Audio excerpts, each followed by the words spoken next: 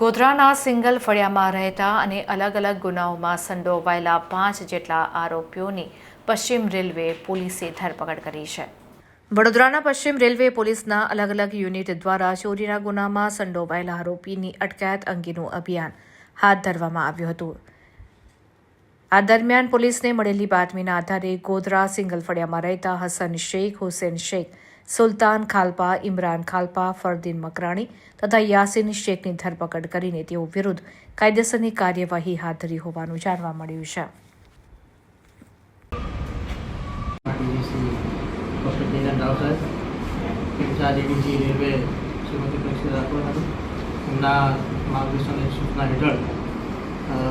અમે લોકોએ વડોદરા જે રેલવે યુનિટ છે એમના અલગ અલગ પોલીસ સ્ટેશનોમાં ગુના આચરતી જે ગેંગ છે એવી સંગઠિત ગુનાના ટોળકી આચરતી ગેંગના વિરુદ્ધમાં વર્તમાનમાં ચાલતા ગુજરાત આતંકવાદ અને સંગઠિત ગુના 2015 એસસી ટોપના હેઠળ ગોધરા રેલવે સ્ટેશનના જે પોલીસ સ્ટેશન છે તેના ખાતે ફરિયાદ દાખલ કરવામાં આવેલી છે.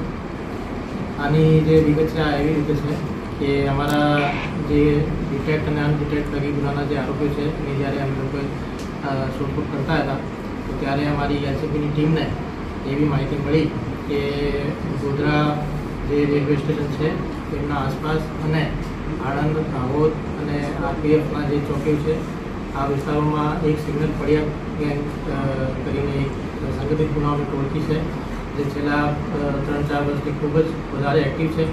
આ ટોળકી દ્વારા Godhra, Anand railway police station, આરપીએફના ગોધરા, દાહોદ, પ્રતાપનગર આજુબાજુના જિલ્લાઓના અલગ અલગ પોલીસ સ્ટેશનોમાં ધાડ, રેલવે રાષ્ટ્રીય સંપત્તિ ચોરી, લૂંટ, રાજ્ય સેવકો પર હુમલો, જાનથી મારી નાખવાની ધમકી, પેસેન્જરના પર્સ તથા કિંમતી સરસામાનની ચોરી અને સ્નેચિંગ, ગૌમાંસનો ગેરકાયદેસર જથ્થાના સંગ્રહ તેમજ હેરાફેરી, દારૂની ગેરકાયદેસર હેરાફેરી, ઢોરોની ગેરકાયદેસર હેરાફેરી જેવા કુલ 31 ગુનાઓ, ટોટલ 31 ગુનાઓ આ ગેંગ દ્વારા એકાકી અથવા સામૂહિક રીતે કરવામાં આવેલા હતા. આ બધા ગુનાઓને ધ્યાને લઈને આ સંગઠિત ટોળકીના સૂત્રધાર તથા સભ્ય વિરુદ્ધ ગોધરા રેલવે પોલીસ સ્ટેશન ખાતે ગુજરાત આતંકવાદ અને સંગઠિત ગુના નિયંત્રણ અધિનિયમ 2015ના કલમ 312, 3.2 અને 3.4 મુજબ 10/10/2025ના રોજ આ ગુનો દાખલ કરવામાં આવેલો હતો.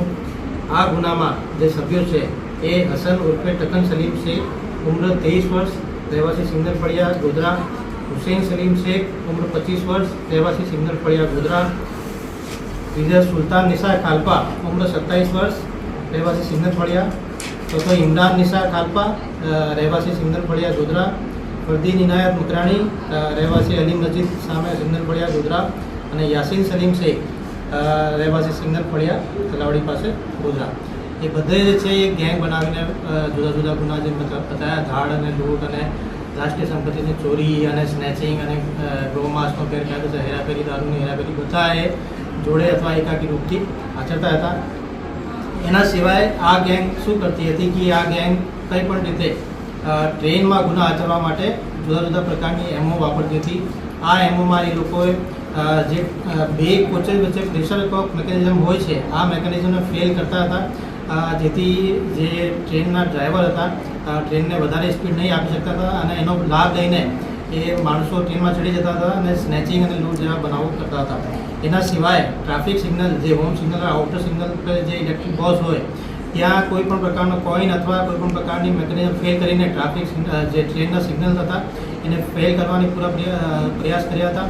અને એમના ટીમના માણસો જ્યારે ટ્રેન સ્લો થાય તે વખતે ટ્રેનમાં ચડી જતા હતા અને ટ્રેનમાં ચોરી અને લૂંટ જેવી કરતા હતા. એના સિવાય ટ્રેનની જે ફિક્સ પ્લેટ હોય છે પટરીઓની આને પણ એ લોકો ચોરી કરતા હતા. ગુડ્સ ટ્રેનના દરવાજાઓની પણ ચોરી કરતા હતા. આ રીતે રાષ્ટ્રીય સંપત્તિ, જે ટ્રેન્સ આપણી રાષ્ટ્રીય સંપત્તિ કહેવાય અને ખૂબ જ ભારે રીતે આ ગોધરા અને આસપાસના એરિયામાં નુકસાન પહોંચાડતા હતા અને એની ચોરી કરતા હતા. અને જે જનતા, આમ જનતા જે ટ્રેનમાં જે સફર મુસાફરી કરતી હતી એમને ખૂબ જ નુકસાન થાય આ રીતે એ લોકો કરતા હતા.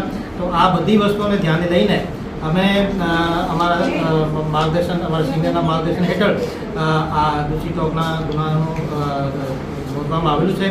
આ ટોળકી દ્વારા જે ટોટલ દૂષિત ટોકની જોગવાઈ મુજબ છેલ્લા 2019 પછી ટોટલ 31 ગુનાઓ જે 3 વર્ષથી વધારે હતા, પણ જે ગુજરી ટોકની જોગવાઈ મુજબ 5 વર્ષથી વધારે ટોટલ 29 ગુનાઓ અમે લોકોએ ધ્યાન લઈને આ દાખલ કરવામાં આવેલ છે.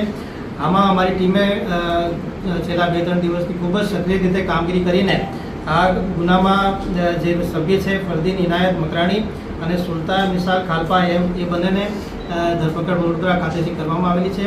આ સિવાય જે હસન ઉર્ફે ટકન સલીમ શેખ છે અને હુસેન સલીમ શેખ છે એ અત્યારે રેલવેની રાષ્ટ્રીય સંપત્તિ ચોરીના ગુનાઓમાં વડોદરા મધ્યસ્થ જેલ ખાતે છે. જે બંને આરોપીઓની કબજો મેળવવા નામદાર કોર્ટમાં રિપોર્ટ કરવામાં આવશે. અને એના સિવાય જે 2 અમારા આરોપી છે ઇમરાન નિશા ખાલપા અને યાસીન સલીમ શેખ એ અત્યારે વોન્ટેડ છે. એની શોધખોળ અત્યારે ચાલુ છે.